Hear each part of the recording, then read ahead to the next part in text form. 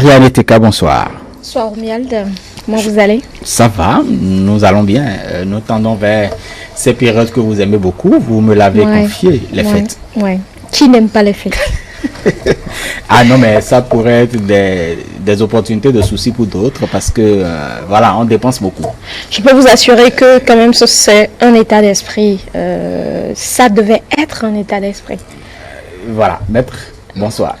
Bonsoir, aimer les fêtes, on peut le dire au propre comme au figuré. Tout le monde aime les fêtes, en principe. Mais si je dois peut-être voir au figuré la question que vous posez à Ariane, il y a une certaine catégorie de personnes qui aiment les fêtes. Et d'autres catégories de personnes, les fêtes constituent pour elles des soucis. Parce que ce sont elles qui mettent la main à la poche. Pendant que les autres personnes... Maître sont heureuses. C'est la lecture que j'en fais. Ça, c'est la lecture figurée. Mais au propre, oui, tout le monde en principe aime les fêtes. Très bien. Voilà. Et les soucis n'en manquent pas, qui est fait ou pas. Voilà, nous allons revenir à ce qui nous concerne fondamentalement. Aujourd'hui, nous parlons du divorce. Oui, aujourd'hui, nous parlons du divorce et plus précisément du divorce par consentement mutuel. C'est ça le plus important même de ce thème choisi aujourd'hui. Après le mariage, chers téléspectateurs, aujourd'hui on aborde le thème divorce par consentement mutuel avec notre consultant juridique, Maître Brice Oussou. Il est là avec nous. Maître Brice Oussou, bonsoir. Bonsoir Ariane. Je rappelle que vous êtes notre consultant sur cette émission, également avocat au barreau du Bénin. Et comme je l'annonçais tantôt, divorce par consentement mutuel, c'est le thème qu'on aura abordé aujourd'hui avec vous. Déjà, on va commencer par les généralités du divorce. C'est quoi le divorce? Alors, le divorce, c'est lorsque le lien matrimonial est rompu. Le lien matrimonial peut se rompre de plusieurs façons. Il peut être rompu par la mort, il peut être rompu par une absence judiciaire, tout comme cela peut se rompre par le divorce. C'est-à-dire que lorsque vous êtes marié, il y a une situation juridique qui vient rompre le lien matrimonial qui existe entre les deux époux. C'est cela qu'on appelle le divorce.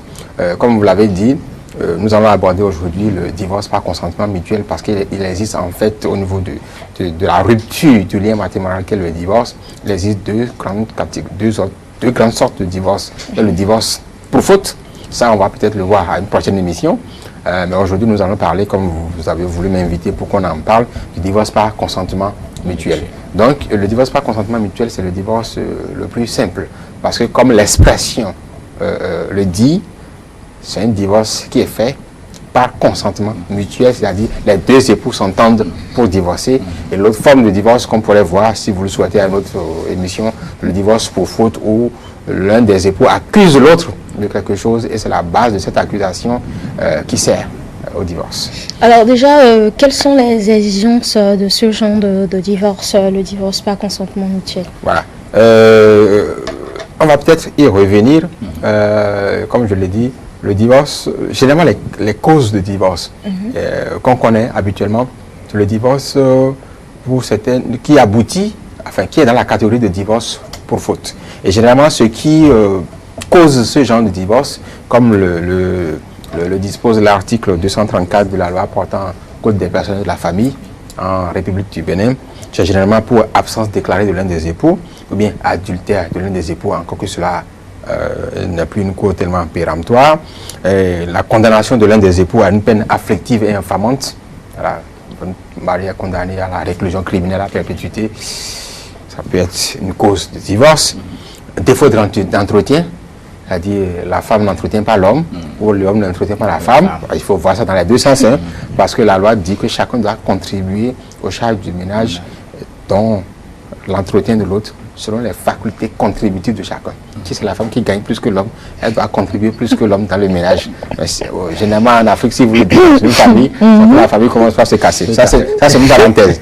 Alors, refus de l'un des époux d'exécuter les engagements résultats de la convention matrimoniale. Lorsque vous signez une convention, il y a des engagements, vous refusez d'exécuter. Rupture ou interruption prolongée de la vie commune depuis au moins 4 ans. Vous ne vivez plus ensemble, pour des raisons ou pour d'autres. Abandon de famille, mauvais traitement, excès, sévices ou injures graves rendant l'existence en commun impossible. Vous vous rappelez, à une émission précédente, on avait vu les violences conjugales. Alors donc, lorsque tout ça vient, l'époux ou l'épouse qui est victime de ces situations possibles-là peut demander le divorce, et dans ce cas, c'est le divorce pour faute. Alors, donc, comme j'ai dit, on va y revenir, parce que souvent, c'est ce qui amène au divorce, ça. Alors, nous voulons parler aujourd'hui du divorce par consentement mutuel. Et ce genre de divorce, c'est le divorce qui se passe souvent sans grand bruit. C'est-à-dire qu'il arrive un moment où les deux époux, sans qu'il y ait bagarre, sans qu'il y ait forcément l'une des causes que j'ai évoquées tantôt pour le divorce pour faute, constatent que de plus en plus il y a incompatibilité d'humeur, ils n'arrivent plus à s'entendre, la vie en commun devient difficile, on ne se comprend plus, ou bien on constate que bon, c'est pas tellement ce qu'on aurait souhaité, c'est pas ce qu'on avait voulu quand on se mariait, ou bien peut-être on n'a pas vu juste, ou on se rend compte, on s'est trompé, alors qu'on a peut-être fait ou pas des enfants, alors qu'on a peut-être ou pas eu des biens en commun. Donc, on se rend compte, en tout cas à un moment donné, qu'on n'est plus bien ensemble. La raison profonde, parce que chacun a sa raison profonde pour laquelle il s'est mis ensemble avec l'autre. Chacun a peut-être ses raisons secrètes, mais il y a peut-être des raisons déclarées que l'un ou l'autre connaît par rapport à l'autre. Alors on se rend compte à un moment donné que les raisons qui motivent la vie en commun n'existent plus, ou s'effritent. Et on décide de commun accord de se séparer. On décide de se séparer sans faire du grabuge. On décide de se séparer sans se faire du mal, sans s'accuser de fautes.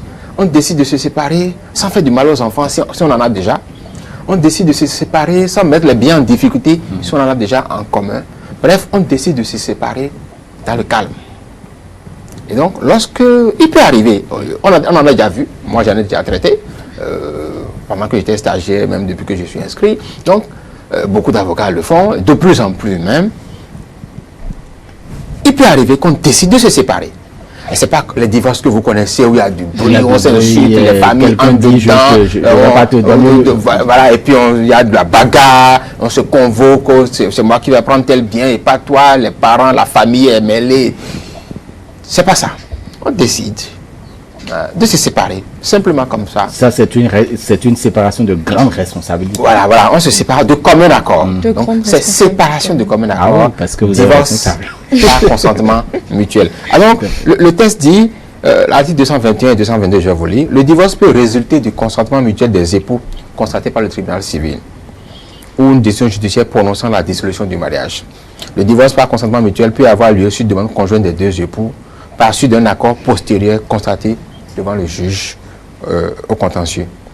Lorsque les époux demandent le divorce, ils n'ont pas à en faire connaître les motifs. Donc, lorsque vous voulez divorcer, pas pour faute, je vais peut-être l'expliquer si vous m'invitez pour une prochaine édition, vous devez expliquer au juge la raison pour laquelle vous voulez divorcer.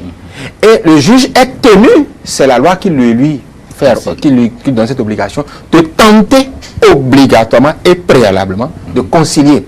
Il est déjà arrivé des cas de divorce. Pour faute, on a vu des époux venir au tribunal ne pas se saluer, s'insulter à 5 mètres à l'écart. On en a déjà vu. Alors on a vu qu'ils se sont remis ensemble. Parce que peut-être le juge a tenté la conciliation et ça a marché. Voilà. Donc la loi impose au juge de tenter préalablement de concilier. Et c'est lorsqu'il n'arrive pas à les concilier, il rend une ordonnance de non-conciliation par laquelle il renvoie maintenant les époux à aller au contentieux véritablement du divorce. Alors, pour le cas de divorce par consentement mutuel, il n'y a pas cela. Vous rédigez, un des époux peut rédiger la demande et envoyer, l'autre peut l'accepter. Et les deux signent, comme les deux peuvent signer en même temps, la note. Conjointement, et envoyer au juge pour des raisons qui nous sont propres. Nous ne voulons plus rester ensemble, nous voulons divorcer et le consentement est mutuel entre nous. Alors donc, lorsque vous le faites, vous envoyez la demande au juge et généralement, qu'est-ce qu'on fait? On ajoute un projet qu'on appelle une convention de divorce dans laquelle on met déjà les clauses par lesquelles, parce que lorsqu'on divorce, il y a généralement deux choses qu'il faut régler. Les enfants, si vous en avez déjà, la garde des enfants, qui va garder les enfants s'ils sont encore mineurs, s'ils sont plus mineurs, on n'en parle pas, parce qu'ils sont déjà majeurs, responsables d'eux-mêmes. Si vous avez des biens en commun, comment est-ce qu'on sépare, comment est-ce qu'on partage les biens, ou bien qui jouit des biens, en tout cas, vous réglez la question. Comme vous voulez. Comme vous voulez. vous entendez sur la garde des enfants, qui garde les enfants et qu'est-ce que l'autre parent a. En retour, évidemment, celui qui garde les enfants doit pouvoir laisser un large droit de visite à l'autre.